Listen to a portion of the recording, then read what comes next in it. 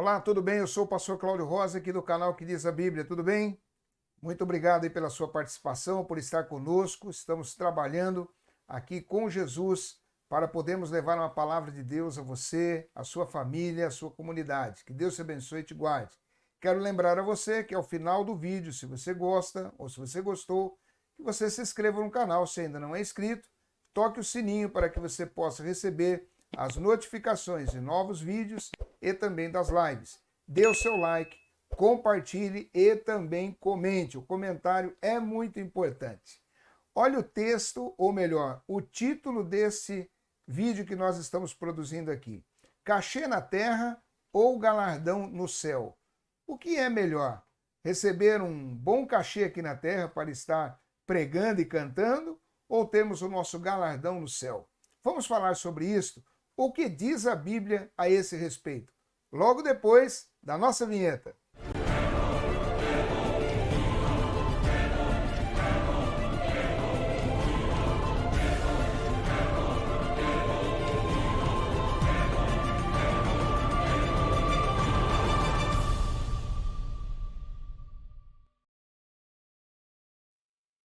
Muito bem, nós estamos de volta. Que bom que você continua conosco. Olha, não é uma questão muito importante esta, e é um assunto que sempre está em voga, sempre vem à tona, a respeito daqueles que cobram cachê para pregarem e para estarem cantando, ou seja, individualmente, ou bandas, grupos de louvor. O que acontece? O que a Bíblia fala a respeito disso? É óbvio que nós precisamos entender o seguinte: existe aí a lei da semeadura, obviamente. Mas quando nós olhamos para a questão do evangelho, o comércio que é feito e a questão como é tratada, ela foge completamente aos preceitos bíblicos. Quando nós olhamos para a primeira carta aos Coríntios, no seu capítulo de número 9, a partir do versículo 9 também, a palavra de Deus vem falando a respeito desse assunto em especial, que diz assim: porque na lei de Moisés está escrito: não atarás a boca do boi que trilha o grão. Porventura tem Deus cuidado dos bois? Ou não diz certamente por nós? Certamente que por nós está escrito. Porque o que lavra deve lavrar com esperança, e o que debulha deve debulhar com esperança de ser participante. Se nós vos semeamos as coisas espirituais, será muito que de vós recolhamos as carnais? Se outros participam desse poder sobre vós, por que não, e mais justamente nós? Mas nós não usamos desse direito, antes suportamos tudo, para não pormos impedimento algum ao evangelho de Cristo. Não sabeis vós que os que administram o que é sagrado comem do que é do templo, e que os que de contínuo estão junto ao altar participam do altar? Assim ordenou também o Senhor aos que anunciam o evangelho, que vivam do evangelho. Bem, o apóstolo Paulo aqui, a princípio, ele está falando o seguinte: que é natural que aqueles que têm uma vida integral a respeito da ministração da palavra, que zelam pela igreja, pela conduta do povo, que estão liderando, eles tenham o direito de serem sustentados por esta comunidade. É isso que Paulo está falando. E aí ele dá este exemplo da questão do boi, como foi falado lá na lei de Moisés. Como ele diz aqui: não atarás a boca do boi que trilha o grão. Porventura tem Deus cuidado dos bois? Aí ele vem dizer: não, tem que cuidar de nós. Ele diz que aquele que lavra, aquele que está produzindo na terra, aquele que está plantando, ele tem o direito também de comer daquilo que ele está plantando. E ali no versículo, então, de número 14, ele diz: assim ordenou também o Senhor aos que anunciam o evangelho, que vivam do evangelho. Então não há problemas nenhum, nós não vemos, não há problema nenhum na oferta em questão.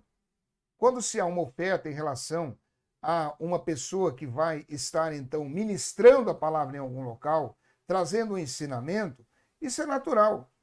O grande problema é quando é imposto valores e uma cobrança, como se fosse algo de um business ou de um negócio, onde existem contratos e valores exorbitantes que são cobrados.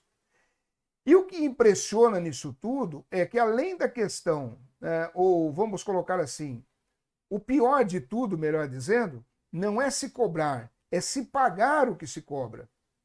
com qual justificativa? Com qual argumento que se faz isso? Quando se usa o dinheiro dos dízimos, das ofertas, da viúva, do pobre, daquele necessitado, onde tantas outras necessidades existem, e se direciona esse recurso para pagar, por uma imposição do pregador, certos valores e que não são baixos. Então, isto simplesmente é um absurdo, o que nós podemos ver o que tem acontecido. Então, esse é o tipo de situação que tem acontecido em muitos lugares ainda hoje, por incrível que pareça. Grupos de louvor que cobram, pregadores que cobram para ministrar em uma noite, ou 2 noites, ou 3 noites, dependendo do congresso, quando eles falam isso. E além de tudo, ainda além do valor da pregação, ainda tem mais o hotel, ainda tem mais o transporte, coisa e tal. Claro que todas essas coisas são necessárias e que não há necessidade de se cobrar isto. Por quê? Porque isto faz parte, obviamente, de um convite. Agora, nós nos deparamos aí com 2 situações. Existem, nesta questão da lei da semeadura, o atingir de 2 corações. Tem o coração de Faraó, daquele que está convidando, e tem o coração daquele que é avarento, por exemplo, que ele quer receber as vantagens financeiras independente do que ele vai fazer. E ele leva aquilo como um negócio. Essa falta de equilíbrio que existe aí é que é o grande problema. Eu vou dar aqui alguns exemplos. Quando nós olhamos, por exemplo, lá em Atos dos Apóstolos, no capítulo 8, Atos dos Apóstolos, no seu capítulo de número 8, a partir do versículo 9, a palavra de Deus fala de um certo Simão mágico. Diz assim: e estava ali um certo homem chamado Simão, que anteriormente exercera naquela cidade a arte mágica, e tinha iludido o povo de Samaria dizendo que era uma grande personagem, ao qual todos atendiam, desde o menor até o maior, dizendo: esse é o grande poder de Deus. E atendiam-no, porque já desde muito tempo os havia iludido com artes mágicas. Ou seja, ele tinha um malabarismo, ele tinha uma capacidade de induzir as pessoas a um engano muito grande. O versículo de número 13 vem dizendo, ou melhor, o 12 fala que, como cresceram em Filipe, lhes pregava acerca do reino de Deus, ou como eles crescem, né? Em Filipe, que pregava lá o reino de Deus, o nome de Jesus Cristo, se batizavam tanto os homens como mulheres, e aí vem dizendo no versículo 13 que o próprio Simão, ele sendo batizado, ele aderiu à fé e ficou de contínuo com Filipe, vendo os sinais e as grandes maravilhas que se faziam, que estava atônito. Ou seja, ele começou a observar o que estava acontecendo de sobrenatural. E isto chamou a atenção dele, e pelo contexto da história, ele maquinou na mente dele ganhar dinheiro com isto. Porque o texto vem dizendo logo lá na frente, no versículo 18, o seguinte: e Simão, vendo que pela imposição das mãos dos apóstolos era dado o Espírito Santo, lhes ofereceu dinheiro, dizendo: dai-me também a mim esse poder, para que aquele sobre quem eu puser as mãos receba o Espírito Santo. Mas disse-lhe Pedro: o teu dinheiro seja contigo para a perdição, pois cuidastes que o dom de Deus se alcança por dinheiro. Tu não tens parte nem sorte nesta palavra, porque o teu coração não é reto diante de Deus. Ou seja, Simão aqui, ele caracteriza aquele pregador, ou aquele grupo de pessoas que fazem o que fazem com a sua intenção voltada diretamente, estão somente no dinheiro. E é por isso que cobram e são profissionais nisto. São profissionais. E exigem valores exorbitantes e encontram aqueles que pagam esses valores. Porque é interessante que muitos líderes aí reclamam desses que cobram, mas eles pagam. Ou seja, eles estão cobrando porque tem alguém pagando. E se tem alguém pagando, eles vão continuar cobrando. Agora, a palavra de Deus diz que aquele que sabe fazer o bem e não faz, comete pecado. Se você sabe que é errado esse tipo de atitude e continua fazendo, por exemplo, pagando esses valores exorbitantes para uma pessoa ir pregar, levar uma palavra para a igreja, acreditando que aquilo ali vem de Deus, você está sendo um elemento, você está sendo um canal de comunicação, melhor dizendo, você está sendo um canal para induzir as pessoas ao erro. É simples de se entender. Bem, então, Simão, ele faz esse papel, que é o que acontece hoje. Nós ficamos sabendo de casos de pessoas, de grupos que foram cantar e cobram aí 80 mil reais, 70 mil reais. Pregadores que exigem, por exemplo, a passagem aérea, exigem aí o hotel, e eu estou falando de exigência.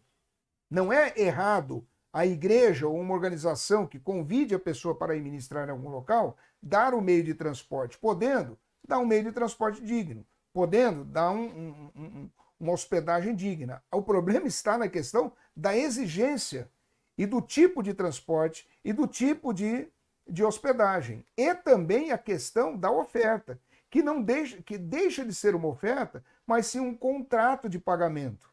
É diferente. Por quê? Porque quando nós vamos agora lá para a segunda carta aos Coríntios, quando nós vamos para a segunda carta aos Coríntios, no seu capítulo de número 9, e no versículo 7, a palavra de Deus diz assim: cada um contribua segundo o que propôs no seu coração, não com tristeza ou por necessidade, porque Deus ama o que dá com alegria. Esse versículo 7, ele serve tanto para a pessoa que está contribuindo para a obra de Deus, porque aquele que é crente, aquele que está participando das questões do sagrado, da igreja, da comunidade que é a igreja ali, ele tem por obrigação estar participando financeiramente. É bíblico. Tem que ser feito isso. Como que a organização, como que a igreja, no sentido aqui de organização terrestre, que tem lá suas obrigações, naturalmente, ela vai sobreviver? Como é que ela vai poder se manter se não houver a colaboração financeira dos seus? Isso é natural. Como que ela vai manter, por exemplo, a dignidade de salário do pastor, daquele que está à frente do trabalho? Voltando àquilo que nós lemos logo no início, também lá na primeira carta aos Coríntios, no capítulo de número 9, que fala lá, não atarás a boca do boi que trilha o trigo. Bem, agora esse texto aqui, ele também serve para aqueles que estão ofertando aquele um que vai levar um ensinamento, que vai levar uma palavra, que vai fazer algo ali na igreja, que vai trazer um elevo espiritual para a igreja, que vai agregar conhecimento, que vai trazer, então, esse tipo de situação dentro daquela comunidade. Então, isso também serve para que a pessoa que vai ofertar tenha essa capacidade e tenha uma visão de semeadura da parte de Deus. Então, tem que haver um equilíbrio, e é o que não acontece. O que não pode acontecer, na verdade, o que nós temos visto é as pessoas estarem reclamando, muitos líderes reclamando que se cobrou isso, que se cobrou aquilo, que é um absurdo, que não se pode cobrar dessa forma, que é muito alto, mas continuam pagando. Aonde existe essa obrigatoriedade de se pagar esses absurdos? Na verdade, o português claro é o seguinte: aqueles que cobram valores e que impõem valores e que impõem condições, eles não estão compromissados com a obra de Deus. Isso é muito certo. Não estão compromissados. Por quê? Porque isto é aquilo que Jesus diz: de graça você recebeu, de graça você dá. Obviamente, não anula a lei da semeadura. Se você está envolvido em uma situação como essa, você tem que ter o seu coração aberto, tanto para ministrar, crendo na lei da semeadura que receberá, e você que está recebendo a pessoa também tem que ter esse coração aberto para semear na vida dela. Mas, como diz o texto aqui, cada um contribua segundo o que propôs no seu coração, não com tristeza ou por necessidade, porque Deus ama o que dá com alegria. E Deus é poderoso, versículo 8 agora, e Deus é poderoso para fazer abundar em vós toda a graça, a fim de que, tendo sempre em tudo toda a suficiência, abundeis em toda boa obra. Que Deus continue falando no nosso coração e no seu coração. Que nós possamos entender que esta questão é uma questão de lei de semeadura e que o evangelho do Senhor Jesus ele deve ser pregado de forma espontânea, de forma ao qual tenhamos prazer em pregar, em trazer o ensinamento da palavra, mas não tendo uma visão comercial, como muitos têm. E aqueles que alimentam isto também estão, de alguma forma, fomentando esta situação. Que Deus abençoe a sua vida, que Deus continue te dando graça, sabedoria e direção. Obrigado por estar participando conosco, obrigado pela sua inscrição, pelo sininho que você acabou aí de acionar para receber também as notificações, pelos likes, pelos comentários e também por estar compartilhando. Que Deus abençoe a sua vida e até o próximo vídeo, em nome de Jesus.